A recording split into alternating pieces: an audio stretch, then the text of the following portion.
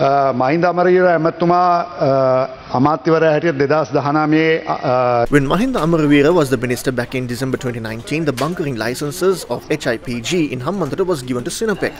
That was illegal. OPEC සමාගමට දුන්නා. ඒක නීති විරෝධී. ඒ සඳහා සියලු නිර්දේශ ඇවිල් The ministry engaged in it based on the recommendations made. It can be rectified at any given time.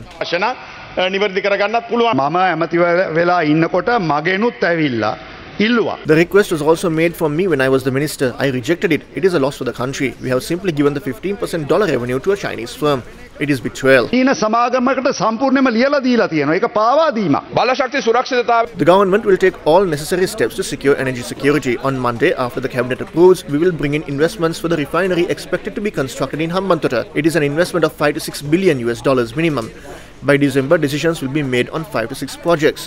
One would be the Adani project, a wind power plant that can generate 500 megawatts of power in Manna. The expectation is to complete construction in 2 years' time. Another solar power project with the expectation of 700 megawatts. Another project in Siamulandua with the expectation of generating 100 megawatts. 150 megawatts power generation in Hambantota. 100 megawatts power generation in Otamavadi in Batiklo. 130 megawatt power project in Sampur. We will have to carry out these projects based on the resources available.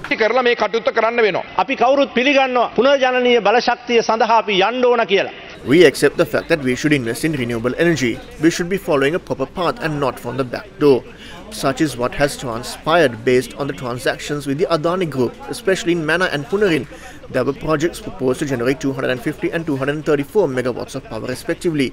Based on the Act, the only option available outside the procurement process is that the agreement should be between two governments. We cannot consider Adani as a government. That is my argument. Green hydrogen is an important zone for the future. During the time of Uday Gammanpilla, there was an agreement with a company called Greenstat India. An agreement was signed with them. The parent company was based out of Norway. However, we signed an agreement with a company called Greenstat in India to build a roadmap for green hydrogen. Its vice president is Sajan Wickramasuriya, son of Salya Wickramasuriya, who is from your team. Salya Wickramasuriya is in your reform committee as well.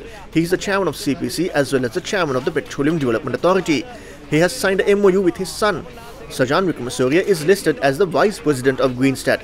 Next up, Chanaka Wickramasuriya. His son-in-law is holding a special position in the Chromonics company that conducts the research. Thus, this entire green hydrogen project could travel in the wrong direction. green hydrogen project එකම වැරදි චිත්‍රයකට ගමන් කරන්න ඉඩ තියෙනවා. මේ මැනා වල ගහන්න යන මේ වින්ඩ් එකේ Adani In the Adani project in Manna, there is information being circulated that they will sell a unit at 13 cents, 9 cents or 7 cents. High risk is involved in this, thus they are trying to charge a premium. It has to be done carefully.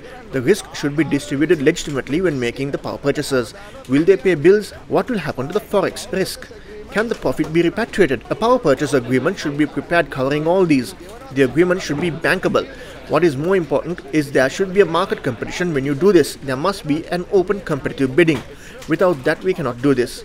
If it is less than 10 megawatts, then fine. But if we are looking at larger projects, there should be a competition. නමුත් ලොකු projects නම් ඒවා bid කරන්න ඕනේ. ඒවට competitive bidding තියෙන්න ඕනේ.